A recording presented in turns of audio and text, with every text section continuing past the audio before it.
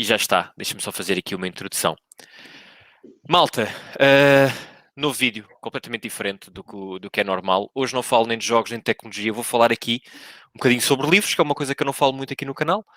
E decidi trazer uma pessoa que está a vender bastante e que eu conheço, é o escritor Nuno Pomoceno. Pá, e eu vejo-te, Nuno, pá, eu vejo-te nos tops e em todo lado, eu não sei bem o que é que está aqui a passar. Agora, a sério, eu tenho visto, e já vou falar um bocadinho sobre os teus livros e o meu ponto de vista da tua evolução enquanto escritor, mas eu tenho reparado que os teus últimos livros estão a ter aquele sucesso que é merecido e que, pá, ao fim, às vezes no início é difícil ter um grande sucesso, não, uma pessoa não é conhecida, mas eu tenho visto, por exemplo, que o teu último livro top na Vorta, no Continente, na WUC, na Bertrand, na FNAC, na Amazon.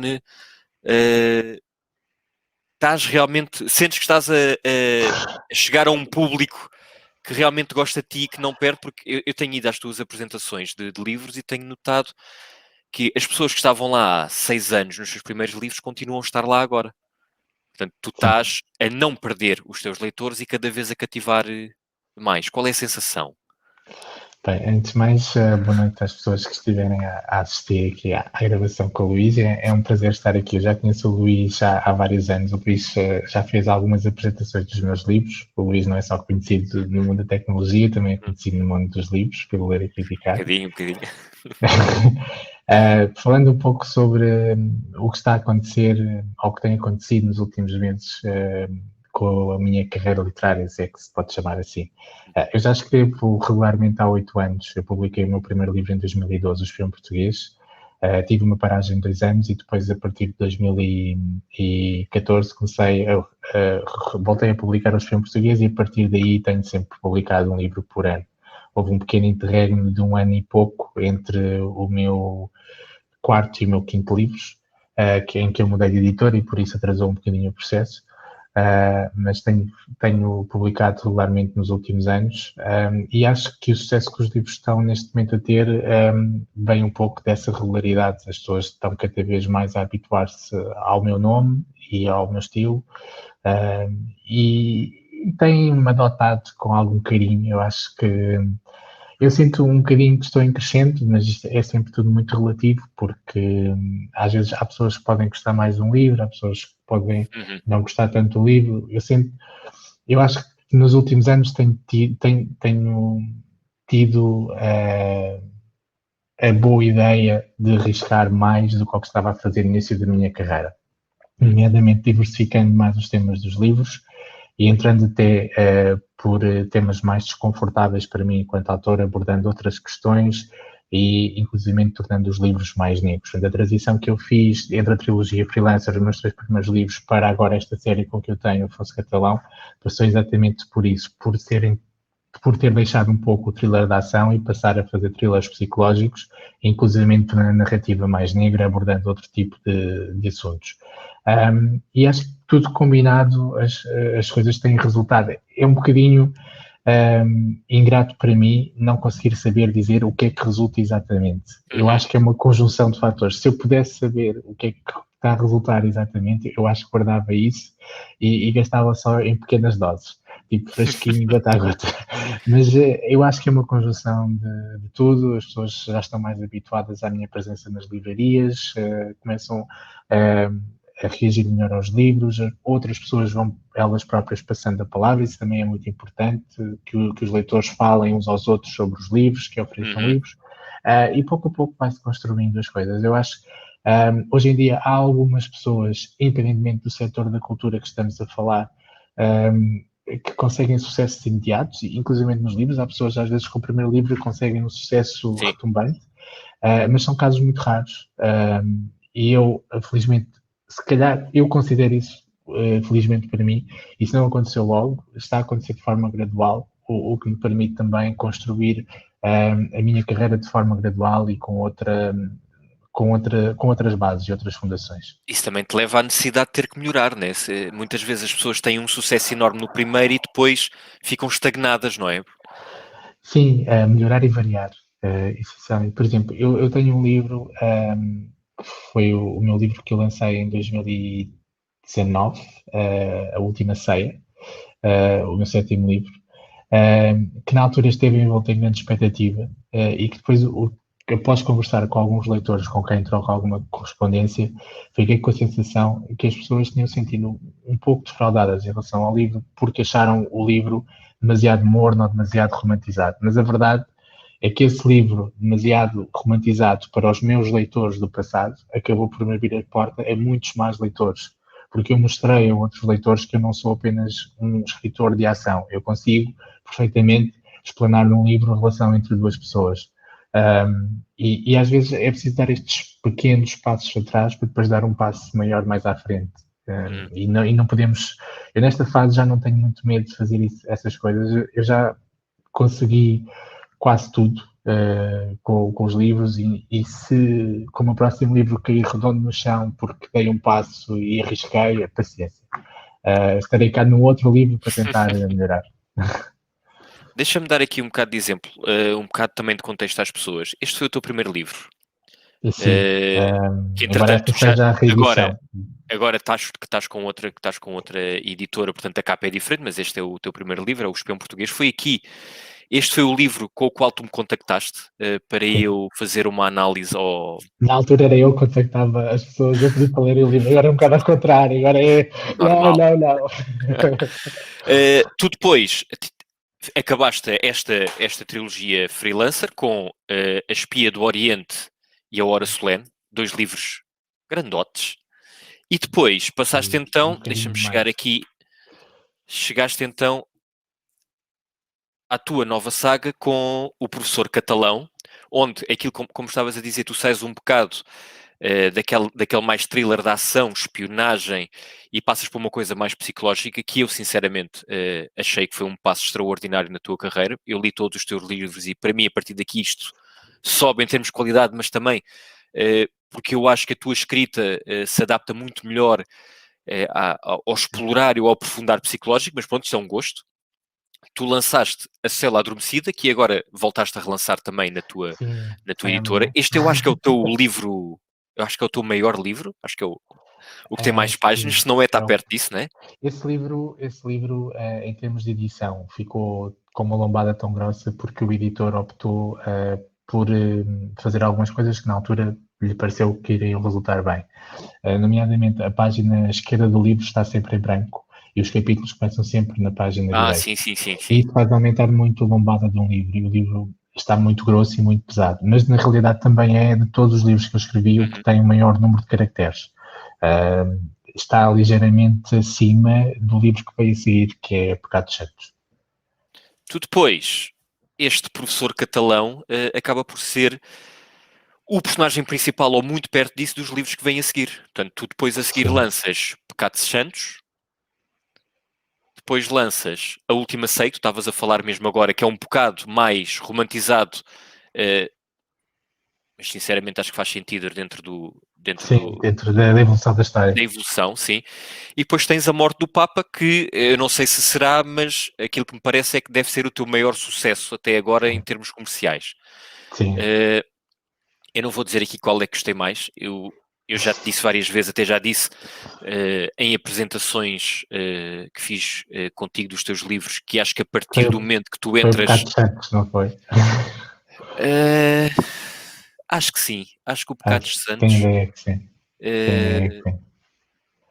Lá está, eu gostei, já agora dou-te aqui algum contexto, eu gostei da parte romantizada que tu fizeste na Última Ceia,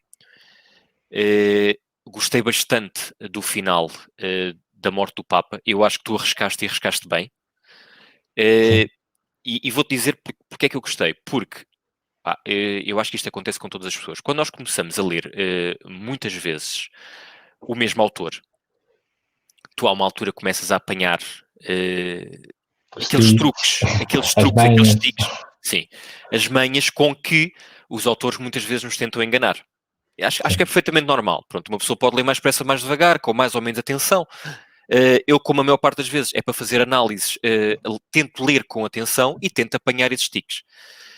E a verdade é que ao fim de 7 livros, eu conheço, obviamente, alguns dos teus truques, alguns das tuas manhas, como conheço George Martin, Stephen King e John le Carré, que são autores que eu leio muito, mas depois há aqueles que me conseguem enganar na mesma, porque simplesmente têm uma ideia muito boa, ou porque eles também percebem, eu uso sempre isto, agora vou usar isto ao contrário, e é isto que às vezes faz um autor ser brilhante.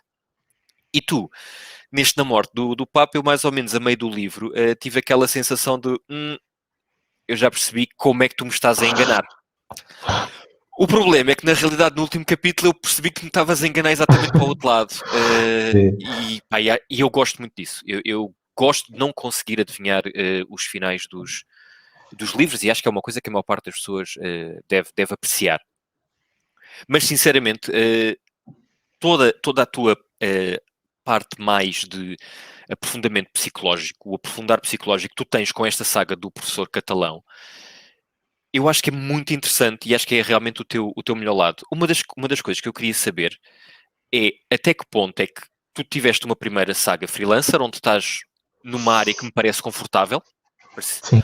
até porque a maior parte das vezes as pessoas começam por escrever numa área onde estão confortáveis, tu depois a seguir sais completamente, não completamente, mas sais bastante dessa área, o teu próprio estilo narrativo muda, a forma como tu montas os livros muda.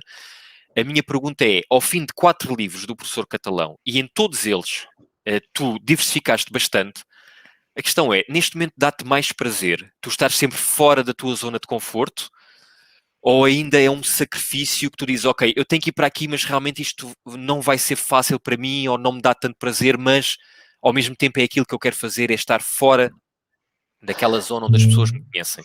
Não, atualmente dá-me mais gosto de estar fora da minha zona de conforto, porque é mais desafiante. Eu não me sinto a fazer um trabalho de repetição. Sinto-me a estar criativo e estar de alguma forma a tentar inovar, nem que seja para mim, não tenho que estar a inovar no panorama literário português, internacional, o que for. Eu fico satisfeito se eu considerar que aquilo que estou a fazer é diferente, independentemente da opinião que as pessoas vão ter sobre o livro. E isso é uma coisa que acho que ninguém me pode tirar. Neste momento, eu consigo escrever aquilo que quero, as histórias têm o rumo que quero.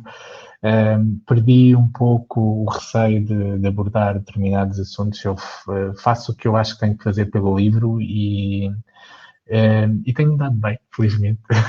Até à data não tem tido muito sabor. Tu tocaste num ponto que eu por acaso queria explorar aqui um bocadinho contigo, que é, as tuas histórias são passadas maioritariamente em Portugal, ou perto disso, apesar de nos teus últimos livros ter explorado Inglaterra, Itália, por aí fora, mas o professor catalão é português, há muito de Portugal. Tu tocas aqui em alguns temas que fazem ali podem fazer algum tipo de atrito, alguma polémica. Tu alguma vez tiveste uma fase em que a escrever o livro e pensaste, agora estou a tocar aqui num ponto que é demasiado sensível, deixa-me voltar aqui atrás? Ou sentiste isso, mas achaste que para bem da qualidade do livro devias realmente ir até um certo nível? Eu não estou aqui a dizer que os teus livros são muito polémicos, não é isso, mas quando se fala em religião, em igreja, cristianismo, papa, muçulmanos, islamismo, por aí fora, há sempre alguém que pode achar algo um bocado polémico. Como é que é para um autor como tu gerir essa balança? Assim, desses 4 livros, eu não fiz nenhum corte às minhas intenções originais. Portanto, eu acabei por escrever aquilo que queria, inclusivamente em Pecados Santos, que tem algumas cenas, eu não diria usadas, mas que podem chocar algumas pessoas. Visualmente mais fortes. Visualmente mais fortes, mesmo em termos sexuais. Acho que de todos os livros que escrevi, é o que sexualmente tem mais conteúdo e que de alguma forma as pessoas podem se sentir até ligeiramente ofendidas ao ler algumas passagens do livro, ou chocadas mesmo. Mas eu fiz isso para bem do livro e achei que a narrativa precisava daqueles elementos. Eu até à data, as pessoas podem discordar de mim, mas eu não tenho ideia de alguma vez ter introduzido num livro algo propositadamente só para chocar ou só para criar polémica. Eu introduzo no livro aquilo que eu acho que em termos narrativos faz sentido. E trabalho o tema que faz sentido para mim e sobre o qual eu me interesso. eu passei da Cela Adormecida para Pecados Santos porque gostei do trabalho de investigação que fiz para escrever a Cela Adormecida sobre o Islão e quis descobrir mais sobre outra região e fui estudar sobre o judaísmo, e foi assim que nasceu Pecados Santos. A Última Ceia acabou por surgir com uma ideia de criar um livro em torno de um quadro, e gostei bastante de estudar sobre arte, por exemplo, que era uma coisa que eu nunca tinha lido e nunca tinha estudado, e foi uma coisa que me fez aprender. E, portanto, não há que ter medo de ir explorar determinados temas. Obviamente que há sempre ali algum receio, nomeadamente quando o livro está prestes a sair, de saber como é que as pessoas vão reagir, e nomeadamente no caso da morte do Papa, tendo como base uma história verídica muito controversa e que ainda hoje não tem uma explicação oficial, a morte de João Paulo I. Eu tinha algum receio que pudesse estar a entrar em alguma espécie de confusão. Mas até à data isso nunca aconteceu, e acho que também tem a ver com a forma séria como o livro é trabalhado. Eu acho que as pessoas, quem lê o livro, não vai encontrar uma exploração gratuita de temas só com o intuito de criar controvérsia. Eu trabalho, quando estou a escrever um livro, com aquilo que eu chamo de elementos catalisadores da ação. Ou seja, por exemplo, indo buscar Pecados Santos e as tais cenas ou os capítulos, não gosto de falar em cenas, eu gosto de prefiro falar em capítulos, os tais capítulos que têm uma linguagem sexual mais ofensiva. Aquilo que acontece a uma das personagens na prisão, por exemplo, acabou por ser determinante para o desfecho do livro. E não havia outra forma de se fazer aquilo. Obviamente que eu posso ser mais ou menos explícito naquilo que estou a escrever, mas eu não posso contornar o evento que depois, mais à frente, me vai fazer fechar o livro. E, portanto, eu já não tenho muito receio do que as pessoas vão pensar. Poderá haver um momento no tempo em que alguém vai ficar ofendido. Há sempre pessoas que vão ficar ofendidas. E até há pessoas que se sentem ofendidas meramente com o título do livro. Aconteceu, por exemplo, com a morte do Papa. Antes do livro estar disponível para as pessoas o lerem, inclusive para pessoas como tu que tiveram acesso a cópias de avanço, o livro já estava a ser divulgado e a capa andava a circular nas redes sociais, com o título em grande, obviamente. E pessoas a criticarem o livro sem saberem qual era o conteúdo. Portanto, hoje em dia, nós vivemos numa sociedade tão aberta e tão livre que as pessoas exprimem rapidamente e facilmente aquilo que pensam, tendo ou não razão. E, portanto, irão sempre surgir críticas, e um conselho que eu deixo aqui é quem está a escrever um livro, quem gostaria de escrever ou fazer qualquer outra espécie de arte, não deve ter medo de explorar um tema ou outro mais sensível. As coisas acontecem com naturalidade e temos que as encarar. E se um dia eu escrever um livro e criar uma grande polémica, pois terei que me justificar, não é? Não Olha, e diz-me uma coisa. Aquilo que eu também senti enquanto leitora, até posso estar errado, mas por acaso acho que nesta questão acho que não. Tu, a partir do momento que entras na saga Catalão, tu tens de certeza um trabalho de investigação muito maior do que tiveste na tua saga Freelancer. Qual é a percentagem de tempo que tu gastas para um livro a escrevê-lo e a investigar para ter a tal base? Consegues medir isso mais ou menos? Tens mais ou menos uma ideia?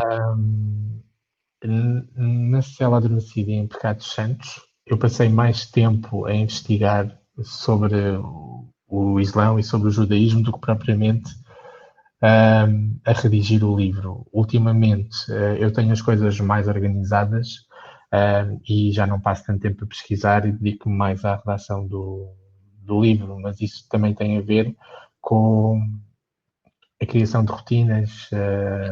Portanto, basicamente, isto é algo que eu já faço, embora com características diferentes e com percentagens diferentes, é algo que eu já faço há 8 anos. Eu neste momento tenho o meu processo de escrita muito organizado, eu sei exatamente, eu faço sempre a mesma coisa quando me preparo para os livros, eu sei como é que faço, como é que é de fazer,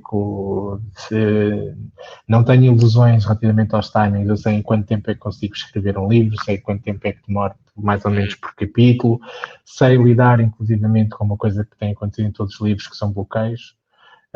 Não houve livro nenhum em que eu não tivesse um bloqueio, inclusive na morte do Papa eu tive um bloqueio que durou à volta de 2 semanas, passado 3 ou 4 semanas de ter começado a escrever o livro.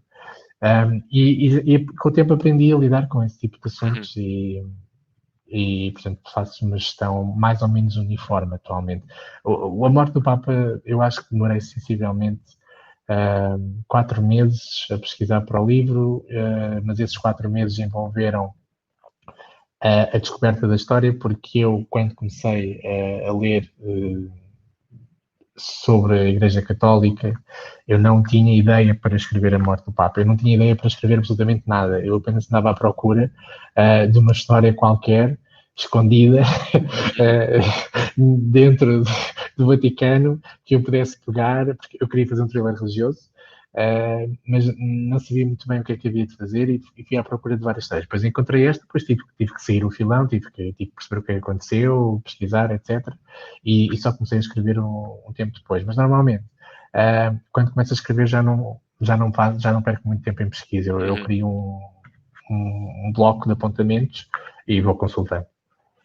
E diz-me uma coisa, tu quando, nós uma vez por acaso já tivemos essa conversa em que tu me disseste que muitas vezes o que te acontece é tu estás a pesquisar para um livro ou estás a escrever um livro e de repente sai-te uma ideia para o livro a seguir e que tu Sim. guardas e depois então vais pesquisar e aprofundar e começar com isso. Quando tu estás a escrever um livro, tu começas do início e fazes o livro de rajada como um leitor que o lê, ou tu tens ali capítulos pelo meio que escreves e o fim e depois fazes a ligação entre os capítulos principais e aqueles que não são tão chave? Ou isso depende de livro para livro? Dos 7 que escrevi, só um é que foi escrito com avanços e retrocessos. Portanto, os outros 6 foram escritos pela ordem cronológica em que os capítulos aparecem ao leitor. O único livro onde eu andei a fazer alguns saltos foi em A Última Ceia. Também é um livro que tem mais analepses. Acho que é o que tem mais analepses de todos os que já escrevi. E na altura, para poder avançar, precisei de saltar alguns capítulos e depois foram escritos já mesmo no fim do livro. E porque eu estava bloqueado, ou porque não tinha ali qualquer coisa na história bem definida e não era capaz de escrever o capítulo, e optei por saltar e continuar com a história, e depois mais à frente, já com a sequência toda narrativa, fui encaixar ali o capítulo que estava a faltar. Em todos os outros livros, não, inclusive a morte do Papa, foi sempre tudo sequencial. Tenho outra questão para ti. Por acaso eu também gostava de fazer a outros escritores, mas começo por ti porque não conheço outros que façam algo como tu fazes. Que é, tu tens esta saga Afonso Catalão, e existem muitos escritores, e repara, eu não estou aqui a criticar os outros escritores, mas existem muitos outros escritores que também têm uma personagem principal, começa num livro, que ele tem sucesso, gostam da personagem, e a personagem continua, e continua por 10, 15, 20 livros, o que for, e em todas elas ele salva a situação. Isto a mim, enquanto leitor, tem uma fase em que eu aprecio, tem uma fase em que me começa a desagradar, porque parece que todos os males do mundo vão parar a essa personagem. Isso é algo que eu apreciei na tua forma de estruturar. Porquê? Porque o teu personagem, Afonso Catalão, primeiro as coisas não lhe caem de bandeja. E depois, ele muitas vezes não é assim tão principal ao ponto de ser ele sempre o salvador. Sim. E isso nota-se bastante nos teus últimos 2 livros. Sim. O porquê ele é dessa mais um elo de ligação. Exatamente. Porquê é que tu fizeste isso? Sentiste que não podia ser sempre o mesmo homem a salvar o dia? Querias explorar outras personagens? Ele não se enquadrava naquilo que tu querias encontrar, apesar de ele ser o principal, mas era mais, lá está, o catalisador ou o efeito de ligação, mas sem tanto tempo de antena. Porquê é que mudaste um bocadinho isso? Vem do facto de eu, no início, não ter definido a série Catalão enquanto série, digamos assim. Eu escrevi um primeiro livro protagonizado pelo Afonso e no decurso desse livro tive outra ideia para escrever um segundo livro protagonizado pelo Afonso. Portanto, A Última Ceia por Cá dos Santos. A partir daí, as ideias já não surgiram assim de forma tão espontânea. Curiosamente, foram os livros que depois acabaram por ter mais sucesso, o que indicia que as ideias espontâneas não são assim tão boas. Portanto, eu tive mais uma ideia para livro, mas não via o Afonso, tanto na Última Ceia como em A Morte do Papa, eu nunca vi o Afonso como protagonista, porque eu próprio sentia dificuldade em colocar o Afonso ali no meio da ação.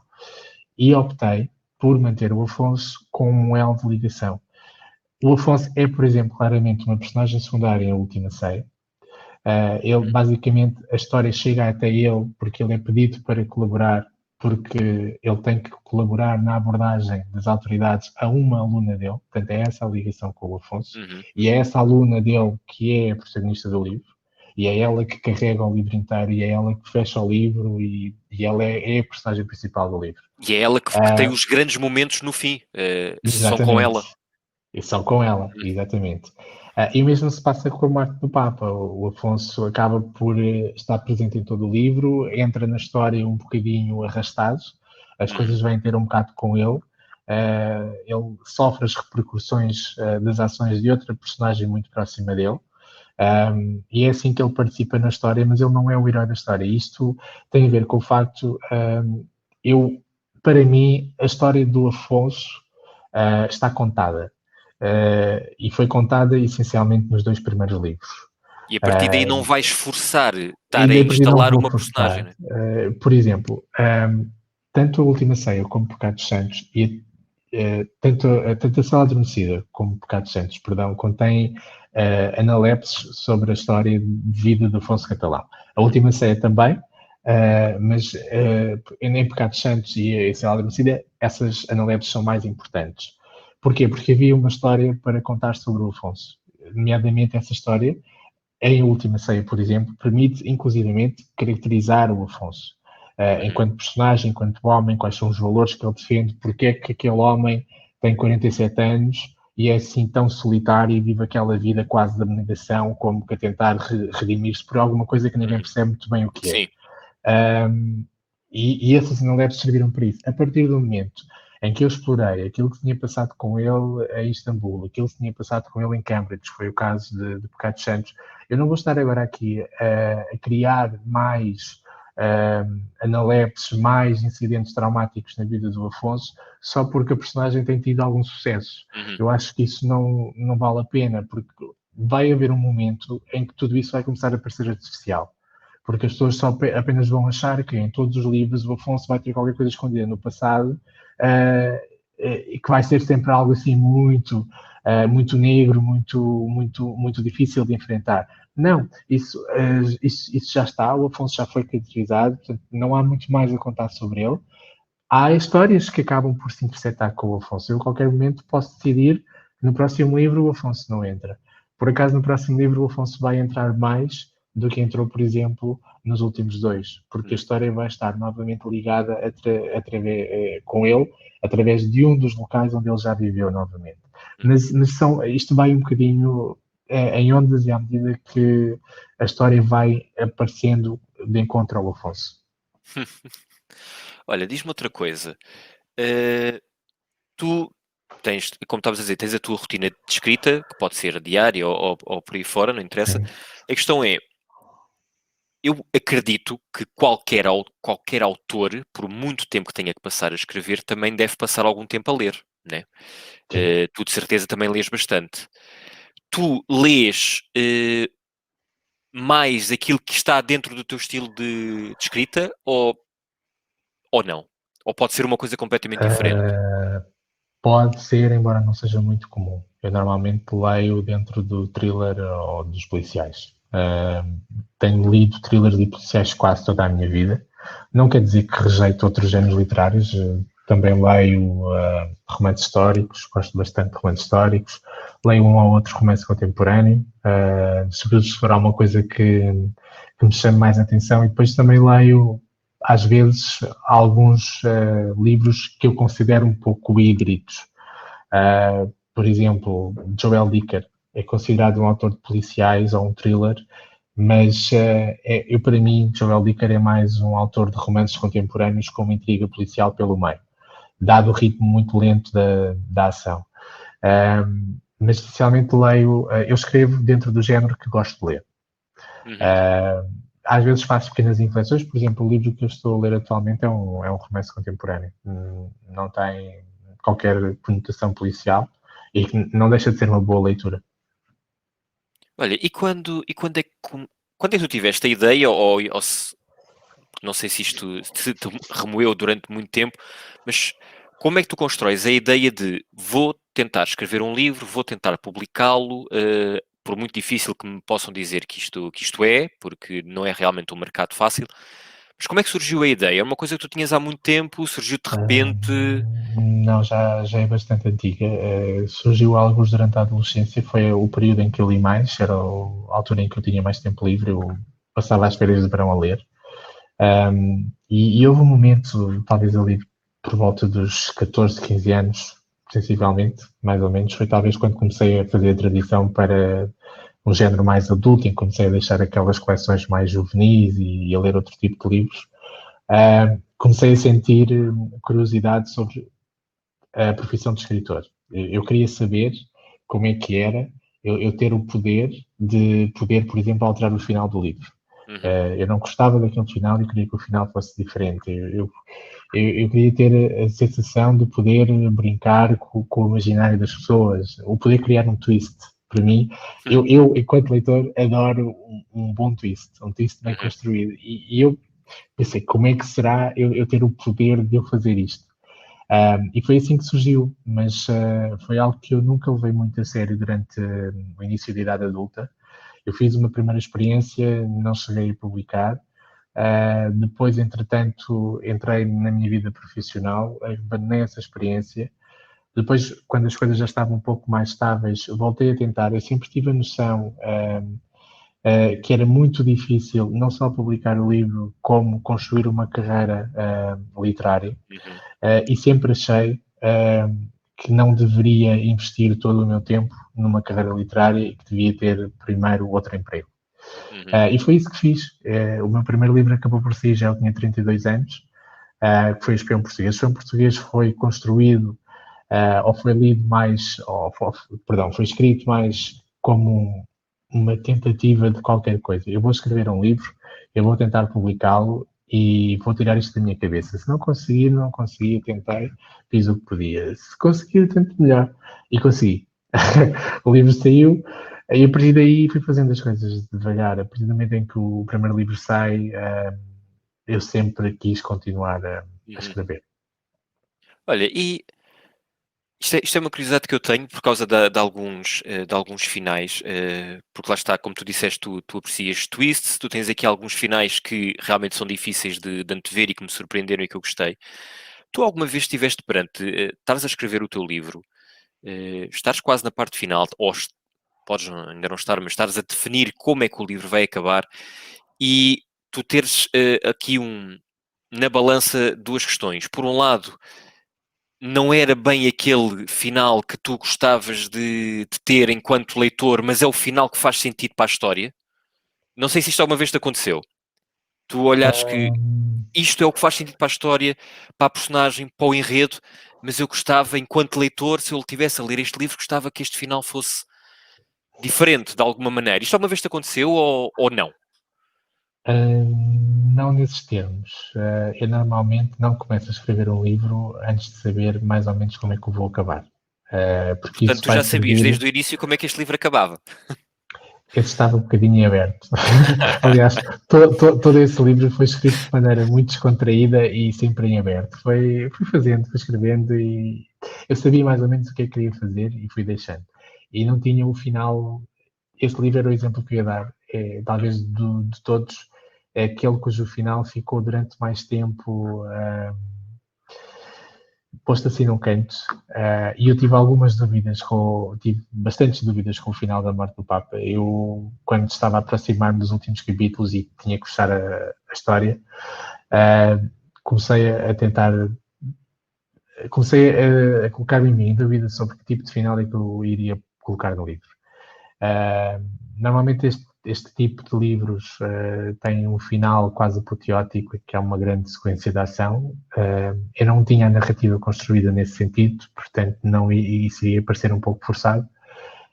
E depois achei que devia ser fiel à história original, e deixar algumas coisas por responder, dar resposta a outras, criar uma versão dos factos e deixar as pessoas tirarem as suas próprias conclusões. Uhum.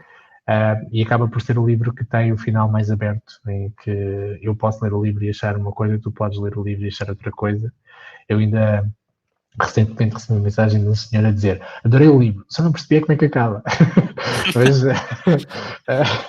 mas, mas foi de alguma forma foi propositado, porque eu quis deixar mesmo o final ligeiramente aberto para as pessoas poderem pensar um pouco e não estar ali a defender que foi assim ou foi de outra maneira. Uhum. Mas assim, ter um momento de grande incisão a um final, não, nunca tive. Eu normalmente faço o final que quero. Aqui estava um bocadinho indeciso quanto à maneira como haveria de, digamos que, adornar a coisa. Tu deixa-me tentar perceber aqui. Eu fiz esta pergunta, retorcendo só aqui um bocadinho, porque eu quando acabei de ler a morte do Papa, e há realmente ali uma revelação de quem é que está, de alguma forma, por trás da morte do Papa, e que para mim é o grande momento do livro, e não tem nada de apoteose, exatamente como tu estavas a dizer. Mas eu quando acabei de ler esse capítulo, pensei, bem, das duas uma, ou ele só se lembrou isto mesmo no fim, ou então ele está desde o início a saber que vai escrever aqui estas 2 ou 3 frases. Mas depois comecei a pensar bem e comecei a ver que tu me estavas a dar algumas dicas desde o início do livro. Umas Sim, coisitas estavam lá pelo meio. estão. Eh, Estão. eu fiz-te a pergunta porque eu queria perceber se tu desde o início foste montando essa revelação ou se de repente disseste assim, epá, mas eu agora vou lá atrás outra vez, pôr aqui uns toquezitos para isto fazer sentido e ser coerente. Não. Eu nem sequer tive tempo para isso porque eu entreguei o livro já há um mês atrasado. Portanto, eu tinha definida a teoria principal que eu iria apresentar para a culpa da morte do Papa. O que depois acabou por acontecer no final foram determinados capítulos que acabaram por surgir quase de forma espontânea, e que esses capítulos não tinham sido de todo planeados, nomeadamente o capítulo em que há um diálogo bastante longo entre 2 dos cardeais Uhum, sim. principais. Esse capítulo não foi planeado e foi algo que surgiu de repente. E eu pareceu bem, foi uma questão de intuição, achei, isto fica bem aqui, eu vou pôr estes 2 homens a falar um com o outro e a explanarem quase todos os seus demónios que eu andei aqui um pouco a mascarar ao longo do livro. Uhum. Mas a teoria principal foi mantida e está lá desde o início. Está lá disfarçada, mas está lá. Uhum. Tu tens dificuldade, eu pergunto isto porque eu acho que é uma coisa que é capaz de ser difícil para alguns autores, mais em certo tipo de escrita e de literatura, mas tu tens dificuldade em saber quando parar o livro? Dizer, epá, acabou, acaba aqui, não vou fazer mais nenhum capítulo, explicar mais coisas, vou acabar aqui, quer seja com uma grande explosão ou quer seja com uma coisa muito soft. É difícil ou não? Acho que é mais difícil fazer a transição à chamada barriga do livro. É relativamente fácil para mim iniciar o livro. Portanto, fazer aqueles primeiros capítulos iniciais é uma coisa que eu faço sem grandes dificuldades. Depois sinto sempre alguns problemas em saber até onde é que eu posso esticar um bocadinho aquela fase inicial sem tornar o livro maçador e depois fazer uma transição em que eu já estou a fechar arcos Uhum. narrativos.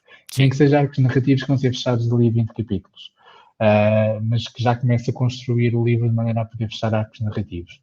E essa zona intermédia que normalmente, supondo, por exemplo, num livro de 400 páginas, está mais ou menos ali entre a página 50 e a página 250, que é o bloco do meio, digamos Uhum. assim. Essa zona é uma zona muito cinzenta e é uma zona também que é muito perigosa em termos narrativos, porque nós facilmente podemos entrar por caminhos que de repente não conseguimos atar e de todo Uhum. o livro torna-se uma confusão narrativa, as pessoas têm dificuldade em seguir os capítulos, nós próprios começamos a deixar demasiadas coisas para trás e já não conseguimos orientar-nos.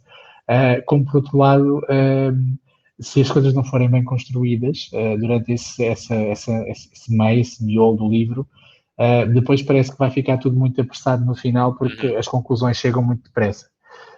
E esse equilíbrio às vezes é o que é mais difícil. E eu penso que é quando as pessoas, e pelo menos eu recordo, quando eu tive esse problema no meu primeiro livro, eu acho que quando alguém está a tentar escrever um livro pela primeira vez, pode não ter a sensibilidade de saber que há ali um bloco no meio do livro que se pode tornar muito pantanoso. E muitas vezes é aí que perdem a motivação para escrever o livro, que perdem um pouco o rumo à história, têm uma ideia até às vezes brilhante, quase, e iniciam os livros de forma brilhante, mas depois têm alguma dificuldade ali no meio, e acho que essa dificuldade é um problema pelo qual todas as pessoas passam, depois aprendemos é com a experiência a lidar de maneira diferente com ela. Tu, dentro dos autores portugueses que eu sigo, tu és dos mais ativos nas redes sociais. Estás naqueles É que eu não mais... faço nada nas redes Sim, sociais. mas o problema é que os outros não fazem menos. Portanto, tu ainda vais mostrando algumas coisas, ainda quando estás perto de lançar o livro, lanças algumas coisas, Eu intensifico mais nessa fase também. fazes um vídeo, nem que seja a dizer o meu livro está praticamente pronto, ou estou a assinar 200 exemplares para as primeiras 200 compras, por aí fora. E eu também tenho notado, quando vou às apresentações dos teus livros, que muitas vezes, enquanto as pessoas estão ali, naqueles 2, 3 minutos estão ali, enquanto estás a assinar e falas com cada uma das pessoas, as pessoas falam também de livros anteriores, da experiência, se gostaram, se não gostaram. Esses feedbacks que tu tens, tanto de pessoas, olha, como por exemplo eu que receberam o teu livro, os teus livros para fazer uma análise mais crítica, como as outras pessoas que te dão, por isso simplesmente a análise do leitor, que de certeza absoluta é a mais importante, até que ponto é que esses feedbacks te ajudaram também a moldar o escritor que tu és agora? Esse feedback tem que ser usado com peso e medida. Exatamente, por isso é que eu queria Porque chegar aí. a opinião de uma pessoa não expressa necessariamente a opinião de todas as pessoas que compraram o livro. E aquilo que alguém pode dizer que eu gostei imenso, ou gosto imenso quando você faz isto ou aquilo, ou detestei esta parte do livro, ou isso pode não ser algo que nós tenhamos que tomar necessariamente como um grande elogio ou como uma grande crítica, porque Pode não ser expressa a global, opinião né? de uma pessoa, Não é exatamente. abrangente, sim. E expressa a interpretação que a pessoa está a dar ao livro e cada um interpreta o livro de maneira diferente. Eu acho que dentro de, sei lá, 1.000, 2.000, 3.000 pessoas que compram um livro, vamos ter diversas interpretações do livro, por mais objetivo que a escrita possa ser. Mas é útil. É útil falar com as pessoas, é útil ver o que é que as pessoas acharam. Por exemplo, eu ultimamente tenho construído os meus livros com mais twists, porque me apercebi, através de conversas com leitores, que as pessoas apreciam isso, gostam disso. Eu, por exemplo, na trilogia, acabei por. A Espiadorian tem um twist grande, mas a Hora Solene já não tem grandes twists, porque na altura achei que não devia fazer twists. A Estela Adormecida não tem, por aí além, assim, twists muito elaborados, já porque a Chantes tem um twist enorme no final. Isto são coisas que às vezes me vou percebendo, as pessoas até pedem, como é o caso da morte do Papa. A origem da morte do Papa foi uma conversa com uma leitora que me disse: depois de a Cela da Medicina ser dedicada ao Islão, depois de Pecado Santos ser dedicado ao judaísmo, eu achei que o livro que vinha a seguir era a ser um thriller religioso, cheio de segredos escondidos no Vaticano e essas coisas. E saiu A Última Ceia, que é um livro sobre o roubo de um quadro. E eu pensei, bem, realmente esta senhora tem a sua razão. Isto é uma boa ideia, eu vou aproveitá-la. Mas é preciso ter alguma capacidade de filtrar.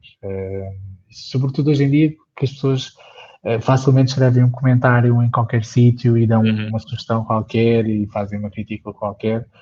A pessoa terá a sua razão, não estou com isso a dizer que sou completamente surdo às críticas das pessoas ou às sugestões das pessoas. Tens é que moderar o peso de tudo o que te dizem, não é? Exatamente, sim, sim. E também, porque assim, se eu começar a prestar atenção a tudo aquilo que me dizem, eu vou chegar a um ponto em que eu não consigo tomar uma decisão sobre aquilo Sim, que vou fazer.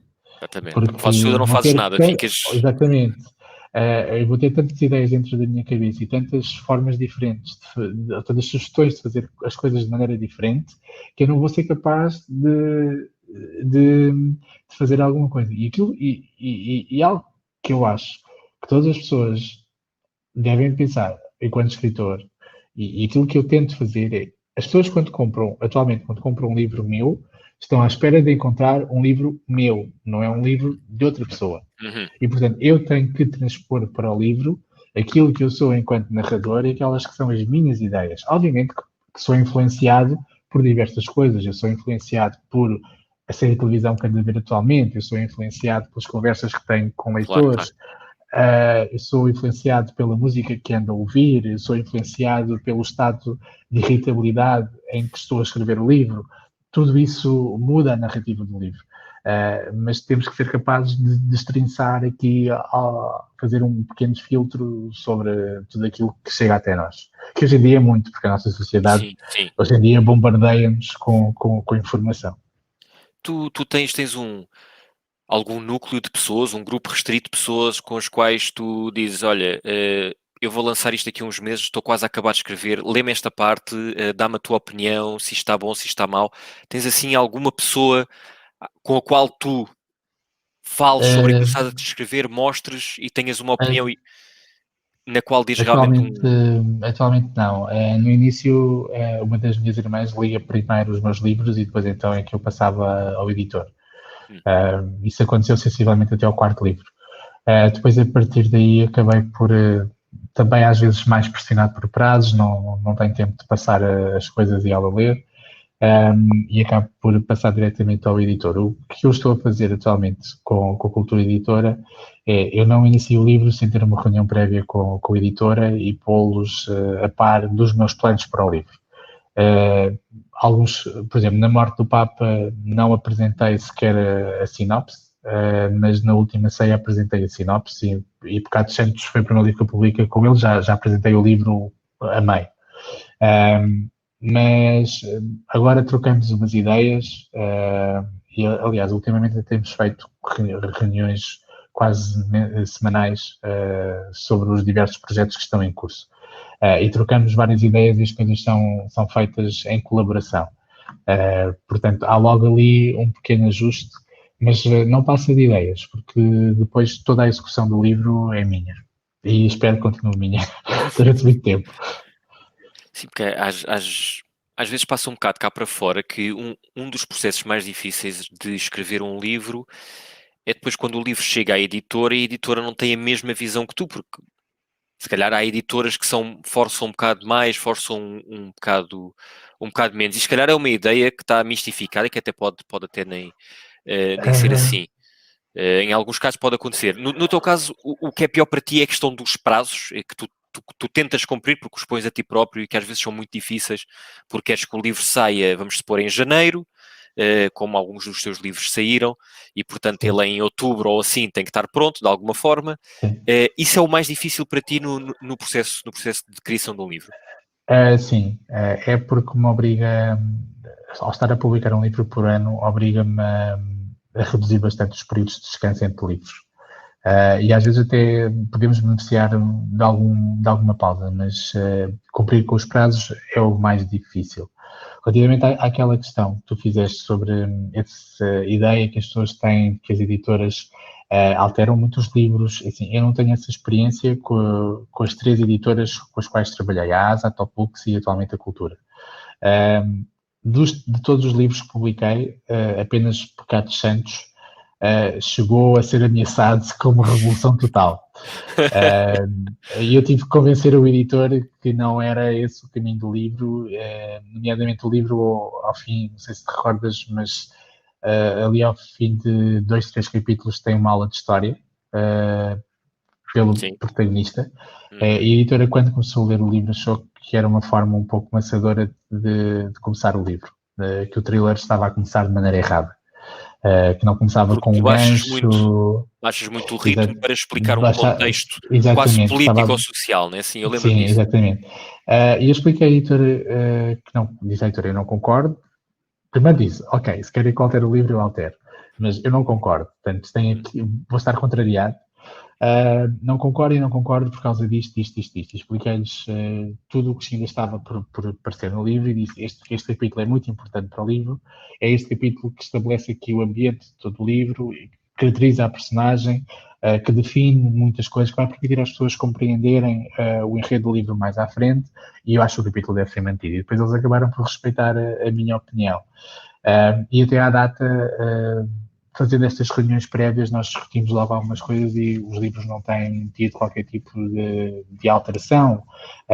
Por exemplo, a última ceia, houve um diálogo que eu tive que cortar porque estava demasiado longo, mas são coisas simples de edição, não é nada de especial. Isto é o meu panorama dentro do panorama português. Por aquilo que eu sei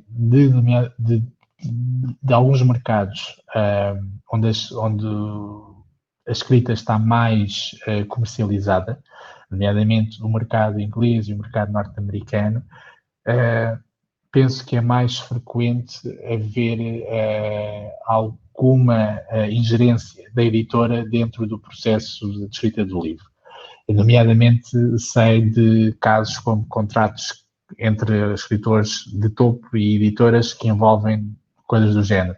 O protagonista não pode morrer, o protagonista tem que aparecer em não sei quantos capítulos logo no início, etc. Isso são situações que acontecem, mas estamos a falar de mercados que estão a projetar um produto, o livro, para atingir uma audiência de milhões, porque o livro vai ser automaticamente traduzido para diversas línguas e, portanto, as coisas têm que ser feitas de forma muito standardizada. Eu, por enquanto, nunca tive essa experiência, portanto, não é algo que eu posso dizer que se passa comigo. Pronto, Nuno. Para terminar, tens planos para mais quantos livros para já? Só tens uma ideia, já tens várias, só para eu saber durante mais quantos anos é que nós vamos estar nisto? Eu, para já, tenho planos para 2 livros. Um que deverá sair em novembro, que é um livro muito diferente daquilo que as pessoas estão à espera, dentro de outro género, mas que é um projeto bastante desafiador. E tenho planos para um novo original da série Catalão para o próximo ano, espero eu que esteja pronto em janeiro. Portanto, este ano tem sido um ano de muito trabalho. A morte do Papa saiu em 2020, em janeiro. Eu, entretanto, publico amanhã a reedição da Sala Adormecida, e a reedição da Sala Adormecida foi toda reescrita. Portanto, eu escrevi o livro, vírgula a vírgula, caractere a caractere, desde o início.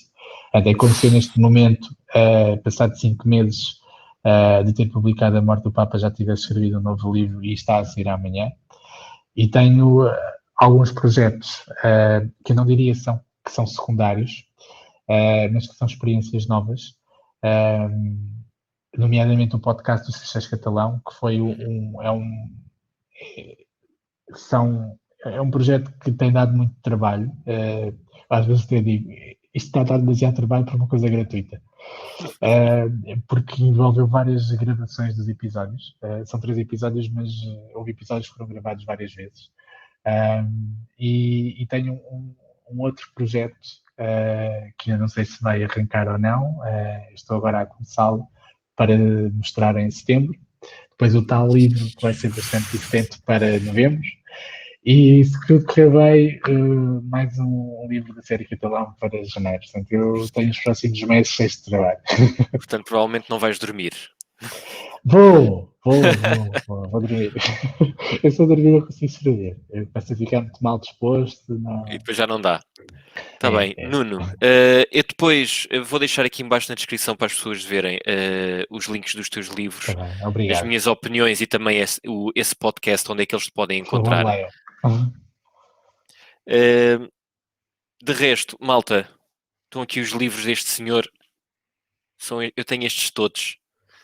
Eu acho que eles estão todos autografados por ti. Acho que tenho esse prazer, acho eu. Acho que sim.